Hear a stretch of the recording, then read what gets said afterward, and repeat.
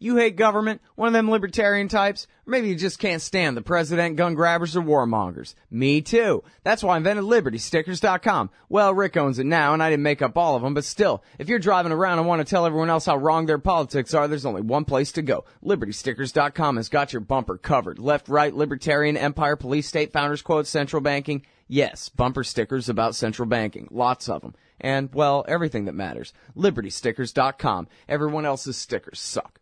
All right, guys, welcome back to the show. I'm Scott Horton. It's my show, The Scott Horton Show. On the line, I have John L. Esposito. He is the co-author of this book with Dalia Mogahed. It's called Who Speaks for Islam? What a Billion Muslims Really Think. And it's based on Gallup's World Poll. Welcome back to the show. John, how are you doing? I'm doing fine, thank you. Good. Very happy to have you back on the show, and I really should interview you once a year or something on this. I don't know of any work that superseded it, certainly.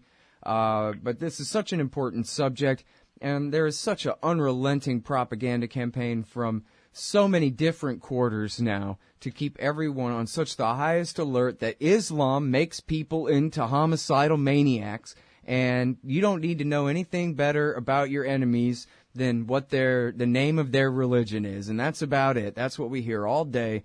Well, I deliberately watch Fox News, so I get it worse than everyone else, but everyone else too. We just suffer this all day long. Islamic radicalism, et cetera, and I think that most Americans just have no, honest picture of what Muslims really think whatsoever. And so what you guys did in this is you didn't just collect some anecdotes. You went and collected anecdotes from Morocco to the Philippines, if I remember it right. I read it back in '08.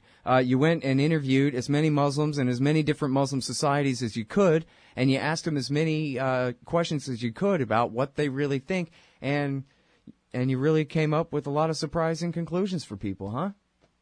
I think so. I mean, I think, regrettably, the extremist events and a lot of reactions overlook what, in fact, the vast majority of that, of the global Muslim community think and believe, and that continues to remain a significant problem. All right, and so now tell us a bit about the methodology, because I'm pretty sure I summed it up inaccurately there. Yeah, well, basically, Gallup developed the world, what they call the World Poll, in 2001, and it looked at 130 countries, looking at about 95% of the world's population. Within that, you have polls 2001, 2005, and 2007. Within those polls, they then brought out their focus on some 35 countries in the Muslim world, as you said, that span the Muslim world. And what's important about the polls is this isn't polling by simply telephone, calling people up briefly, calling people in a certain region. It's polling that takes place where interviewers went out to every strata of society, went from urban areas to towns, to villages, to the most rural areas, and had basically one-on-one interviews done in local languages, etc., and cut across from in terms of age, social class, educational background. So at that time, it constituted the most systematic and comprehensive poll of Muslims. And remember, this is occurring in that decade, after 9/11, so a very critical time to take a look and see what do the vast majority out there think, and get beyond what talking heads or academic experts like myself or terrorism experts say, which often can be informed, but did not have that kind of data available to be able to talk with any kind of authority about what a large group of Muslims and diverse group of Muslims across the world really thought and believed on a lot of the issues that I think many Americans were concerned about, and many in the world. Mm-hmm. All right. Well, so now I don't want you to overgeneralize. I wouldn't ask you to overgeneralize, But the way I remember it, there actually were some pretty general truths about how Muslims perceive the United States of America, spanning all that geography and all those different, really different civilizations. If you're talking about, from Morocco to Saudi Arabia to Indonesia, where they believe in Islam, but they're all very different from each other. It seemed like you pretty much could generalize what Muslims really think about the United States, about the American people, and about American foreign policy. Yeah, I think, what we noticed in the data and subsequent studies, by others like Pew, for example, have also corroborated it, that in fact Muslims do not view the West monolithically. They distinguish among countries. And certainly back then, they distinguished very clearly between, if you will, the sort of Bush-Blair, U.S., U.K. on the one hand, and other countries in Europe or Canada on the other.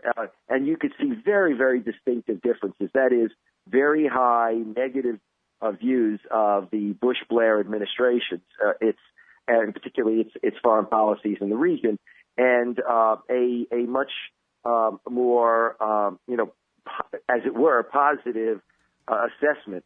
For example, even when you would look at, let's say, the view of Malaysians, looking at the U.S. and Canada, we tend to call Canada the U.S.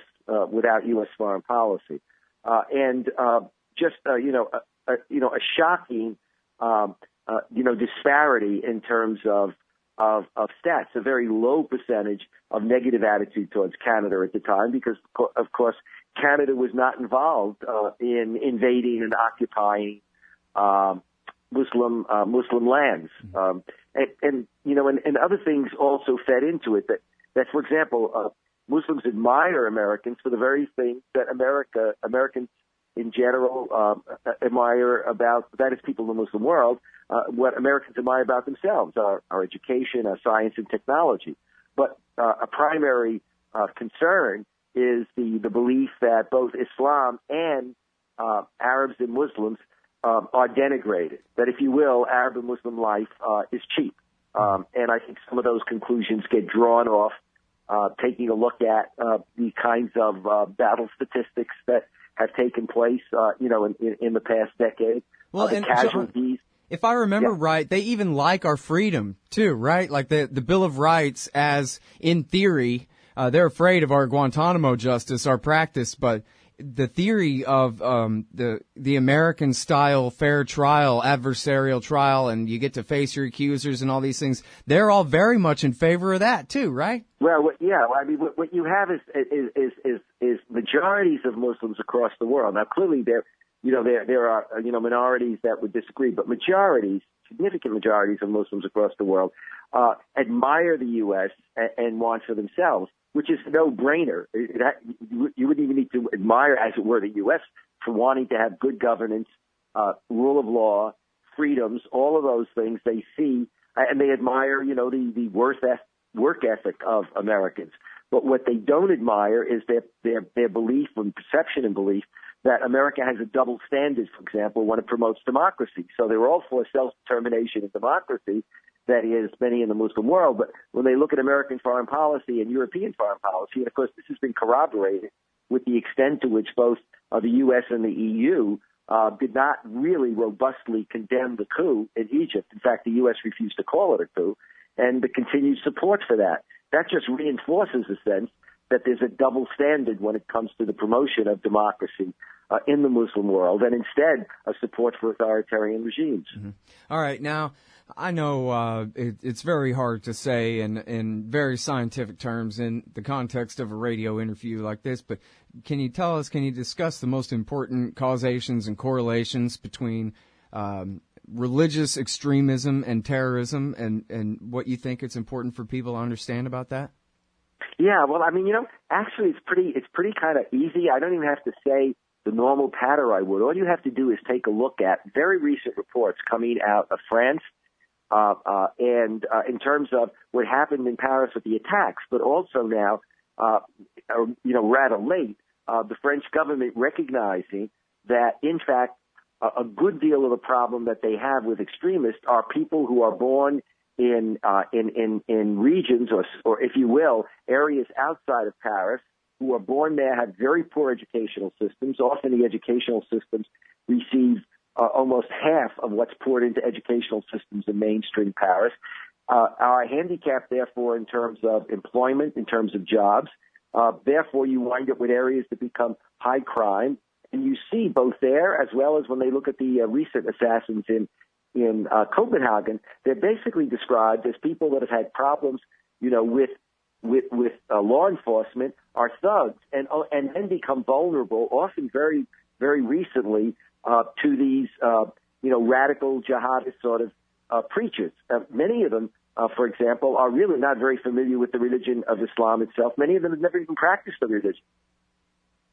All right. I'm sorry that we have to stop there. We're all out of time, but I hope we can talk again. I really appreciate your work on this, John. You take care. All right, y'all. That's John L. Esposito. Get this book. Read it. It's so good. You got to know what's in here. Who Speaks for Islam? What a Billion Muslims Really Think, co-written with Dahlia Mogahed. Hey, Scott Horton here to tell you about this great new book by Michael Swanson, The War State. In The War State, Swanson examines how Presidents Truman, Eisenhower, and Kennedy both expanded and fought to limit the rise of the new national security state after World War II. If this nation is ever to live up to its creed of liberty and prosperity for everyone, we are going to have to abolish the empire. Know your enemy. Get The War State by Michael Swanson. It's available at your local bookstore or at Amazon.com in Kindle or in paperback. Just click the book in the right margin at scotthorton.org or thewarstate.com. Hey, Scott here. If you're like me, you need coffee. Lots of it. And you probably prefer it tastes good, too. Well, let me tell you about Darren's Coffee Company at darrenscoffee.com. Darren Marion is a natural entrepreneur who decided to leave his corporate job and strike out on his own, making great coffee. And Darren's Coffee is now delivering right to your door. Darren gets his beans direct from farmers around the world, all specialty, premium grade with no filler. Hey, the man just wants everyone to have a chance to taste this great coffee. darrenscoffee.com. Use promo code Scott and you get free shipping. darrenscoffee.com. Hey, Scott Horton here for WallStreetWindow.com. Mike Swanson knows his stuff. He made a killing running his own hedge fund and always gets out of the stock market before the government-generated bubbles pop, which is, by the way, what he's doing right now, selling all his stocks and betting on gold and commodities. Sign up at WallStreetWindow.com and get real-time updates from Mike on all his market moves. It's hard to know how to protect your savings and earn a good return in an economy like this. Mike Swanson can help. Follow along on paper and see for yourself. WallStreetWindow.com.